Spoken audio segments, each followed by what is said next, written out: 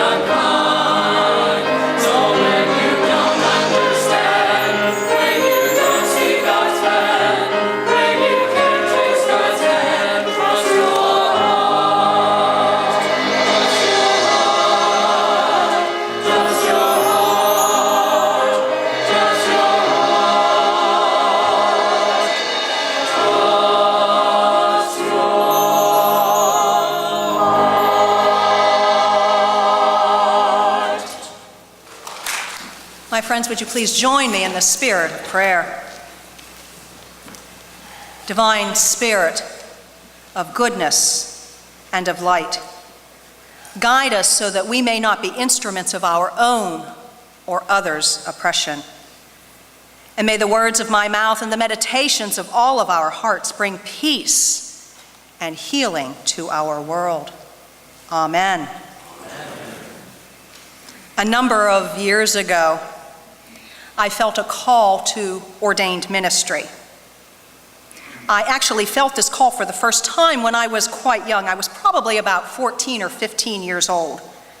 But I put it off because I truly didn't think that someone like me could be a minister. I'm a girl. Yes, it's true. And at that point in my life, I had never seen a woman minister. Plus, I was becoming aware of my sexuality and how it didn't seem to fit into what society expects of a young woman. And so I really believed that I had several strikes against me. But as I aged, and after a series of events in which people close to me encouraged me to consider seminary, I gave it a go. Now, I have to tell you, I had some serious apprehension about doing this. I wondered, what am I going to do with this education. I had a good job in the corporate world. I made good money. I had great benefits. But still, I entered seminary. And as I was working my way through school, people would often ask me questions such as, do you want your own church? And are you leaving Sunshine Cathedral? You're not going to leave Sunshine Cathedral, are you? What's next for you? And I will tell you, I didn't have an answer for those questions. I just knew deep down inside me, I knew that I was to continue doing what I was doing. I had to trust that it would all work out. I couldn't explain it beyond that. I just knew that it would. I had to set aside my control issues, my anxiety, and simply trust in God. And that was possibly the most difficult part of my seminary journey. I just needed to be patient and to trust. Now here I am, many years later, doing the ministry that I dearly love to do. And I truly don't believe the process could have worked out any better.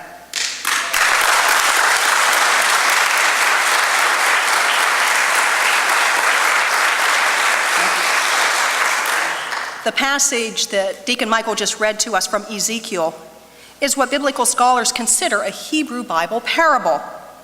Now, a parable is a story or description used to convey a message or to teach us a new way of thinking or of being. And when we think of parables, we often think of the brief teaching stories that Jesus shared. But in this instance, the writer of Ezekiel is conveying to his community, and I am assuming the author of Ezekiel is male, his imaging of God's realm or God's kingdom, as well as his understanding of who or what God is. To this writer, God is a God who will lift up the lowly and will embrace those who have been oppressed. God is a God of welcome and of longed for joy. This is a God of empowerment, if only we will trust. This ancient community was a people of exile who were carried off into captivity after the destruction of Jerusalem. Now, no matter how difficult our lives may seem at times, we here in the United States live in a land of great wealth, of power, and yes, of privilege. So it could be very difficult, actually impossible for many of us to comprehend what these people had experienced. Though I would suspect many people seeking asylum here in the U.S., those who are having their children taken from them, those who are literally running for their lives, know exactly what it feels like to be in exile, how fearful and how confused these people must be. But Ezekiel is conveying to them not only a God of justice, but also a God of compassion, a God of tenderness. The writer imagines God saying, I bring low the high tree. I make high the low tree. I dry up the green tree and make the dry tree flourish. Here is God's personal intervention. It's a divine blessing for those who feel left out, marginalized. It is for those who need to remember that God is always present, always with them, even when things seem to be overwhelming. The writer of Ezekiel was encouraging the community to put their trust completely in God and inviting them to experience all the wonderful, miraculous things that can occur when they are willing to trust. That is something that I have tried to incorporate in my life, though not without some struggle, of course. When I was a child, I believed in God who would give me things. You know, Santa God. I truly thought that if I believed the right things about God, or if I prayed in a certain way, or behaved in a certain way, then God would give me what I want. Because I'm a good person, I should get everything I asked for, right? And I will tell you that it took me a long time to step away from that image of God, the God of my childhood. I would suspect that image can still be problematic for many of us. If I'm really good, why didn't this wonderful thing happen for me? And if this wonderful thing didn't happen, what's wrong with me? It is important, I believe, to move beyond that "I deserve it" way of thinking and into a deeper, more trusting connection with God. My friends, there is a distinct difference between expectation and trust. When things seem exceptionally difficult or stressful, the first thing I do is I put up walls. I tend to wallow in my own agony and to push away those who may want to help me.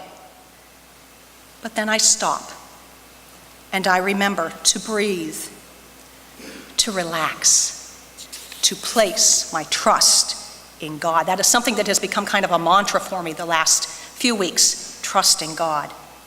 Trusting God. I set aside the demanding expectation that God will give me what I want, and I recognize that all things are possible when that trusting experience occurs. It may not be what I expected. It may be nothing like what I had imagined and hoped for, and yet it is often exactly what I need. Trust, though, it requires us to live in uncertainty, to be vulnerable, to give up control. And let's face it, most of us hang on to control with a powerful, unyielding grip, don't we? Writer and sociologist Brené Brown has written extensively on the connection between trust and vulnerability and how it can impact one's faith experience. What she shares is that so many of us buy into society's need for certainty, that there must be a written in stone plan. And to be vulnerable means to be weak, to be delicate, to be helpless. But she reminds us that there is a strength, there is a power in being vulnerable and saying, I don't know what is going to happen or how everything will work out, but I do know that in my waiting and in my hoping, God will be there with me. There is power in setting aside our ego and knowing that the best possible outcome is there for us if we allow ourselves to be vulnerable, to be trusting in the Holy One that makes all good things possible. Today is Father's Day, and happy Father's Day. I've been thinking a lot about my dad over the past few days. My dad died last year after an extended illness. Dad was physically a big, strong man, always fixing things, always in control, someone you could count on for good advice. Now I want to note that not everyone has similar experiences with their fathers. Some folks have had warm, loving fathers. Some have had cold, distant, even abusive fathers. Some had no father figure at all. So I want to honor and recognize those feelings and experiences today. During the last year or two of my dad's life, his strength diminished, both physically and mentally. He couldn't always control things the way that he had in the past, and I could see that this decline was troubling for him. He was of the generation which believed men were to be strong in every way. But rather than becoming bitter or unpleasant, Dad gave himself permission to be vulnerable. He became gradually more open to sharing his feelings. He became more open to the love and support that was available to him. He became far more trusting in those who were there to help him. And his trust in God grew into something really beautiful to see. My dad and I had some great theological discussions on God and the universe and what it all means. He knew that his time on earth was limited, and he honored that by being vulnerable, by increasing his trust in his family and in the divine, which made the time he had left far more meaningful. And it was. Many relationships were strengthened, and I believe that he really felt the love that was always there for him. So I'm missing my dad today. Catholic priest and spiritual guide Henry Nouwen wrote, "Are you willing to be transformed? Or do you keep clutching to your old ways of life with one hand while with the other you beg for change? You have to trust that inner voice that shows you the way. You know that inner voice. You turn to it often, but after you have heard with clarity what you are asked to do, you start raising questions, fabricating objections, and seeking everyone else's opinion. In everything, keep trusting that God is with you throughout your journey. So, my friends, are you willing to trust that still, small inner voice, to follow it? Are you willing to be vulnerable, to break open your woundedness and let the divine light shine in?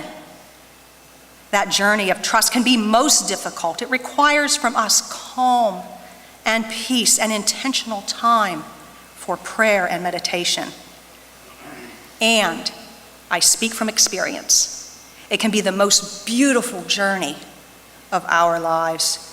Trust in God and be open to the infinite possibilities that always exist. And this is the good news. Amen.